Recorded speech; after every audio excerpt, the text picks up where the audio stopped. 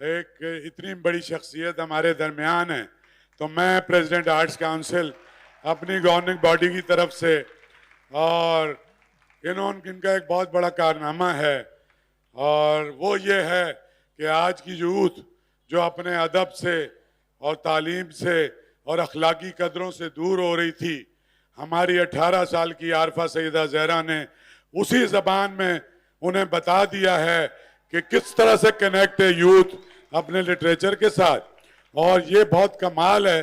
تو وہ تو تم ان سے پوچھو گی کہ یہ اتنی باکمال کیوں ہیں، اور میں تو ان سے بہت جیلس ہوتا ہوں۔ بہت بہت شکریہ آپ کا، آپ تشریف لائیں۔ میری ذات ذرہ بے نشاں، اس پر کیا بات کیجیے گا۔ اور سب سے بڑی بات یہ ہے کہ آپ کے ہاں کا یہ دستور ہے، قرینہ ہے، سلیقہ ہے کہ بھرے مجمع میں ذاتی زندگی کی باتیں کرتے ہیں۔ بھرے مجمع میں تو بس ذاتی کی باتیں کرنی چاہیے، جو چھپا کے رکھتے ہیں۔ اور سب سے بڑی بات یہ کہ آپ کو مجھے یہ تانا دینے کی ضرورت نہیں تھی کہ میری زندگی کے 3 عشق میں سے ایک عشق لاہور ہے، جہاں سے آپ نے وہ لفظ اٹھایا، اور آپ کا یہ کہنا ہے کہ کراچی کو بھی کوئی جگہ دے دیجئے۔ آپ مجھ سے آشنا نہیں، میرا اور آپ کا تعارف ابھی کوئی 20-25 منٹ پہلے ہوا ہے، میں آپ کو نہیں جانتی۔ میں صرف یہ کہہ دینا چاہتی ہوں کہ یہ ملک میرا ہے، یہ کسی کے باپ کی میراث نہیں ہے جو اس پہ دعوی کرے۔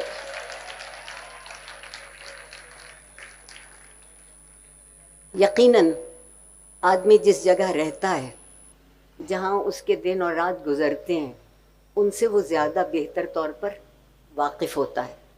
اور جس چیز، اچھا ہمارے یہاں ایک اور بھی دستور ہے، محبت ہمیشہ اس سے کی جاتی ہے جس سے ہم واقف نہیں ہوتے، اور بعد میں ہمیں خیال آتا ہے کہ یہ تو غلط کر لی، چلیے اگلی دفعہ سے صحیح کریں گے۔ اسی صحیح اور غلط میں ہم آج تک کسی چیز سے محبت نہیں کر پائے سوائے اپنے نفس کی آواز کے۔ اس سے زیادہ ہم کچھ سنتے نہیں، اس سے زیادہ ہم کچھ دیکھتے نہیں۔ کراچی کے ساتھ میں اب شکایت کر رہی ہوں آپ سے اور کراچی والوں سے۔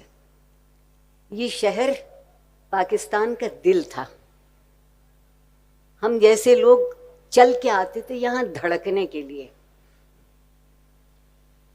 آپ نے اس شہر کو خوف زدہ کر کے آنے والوں کو بھی خوف زدہ کر دیا۔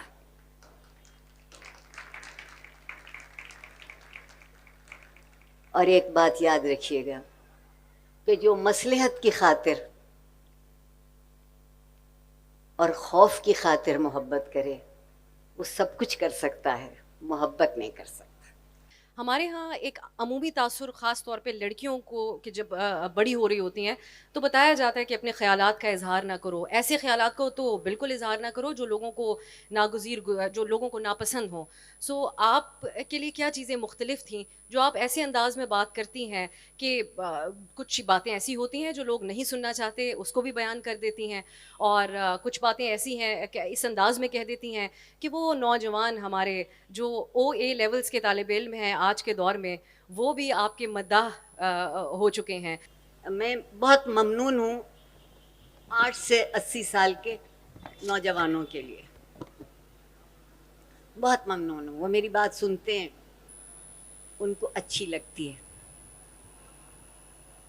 وہ بات میری بات نہیں ہے، وہ بات ان کی بات ہے، کیونکہ میں ان میں سے ہوں اور وہ مجھ میں سے ہیں، الگ نہیں ہم۔ تو جب الگ نہیں ہیں تو بات بھی الگ نہیں ہوگی۔ دوسری آپ سے گزارش یہ ہے کہ کب سے یہ تمنا آپ نے کر لی کہ سیاستدان سچ بولے گا؟ یہ ناممکن کی ممکنات کیسے ہوگی؟ اس کا سچ تو ایک لمحہ ہے، اس کا سچ ایک لمحہ ہے، وہ لمحہ جو اسے یا اقتدار میں رکھ لے یا جو اسے اقتدار سے باہر کر دے۔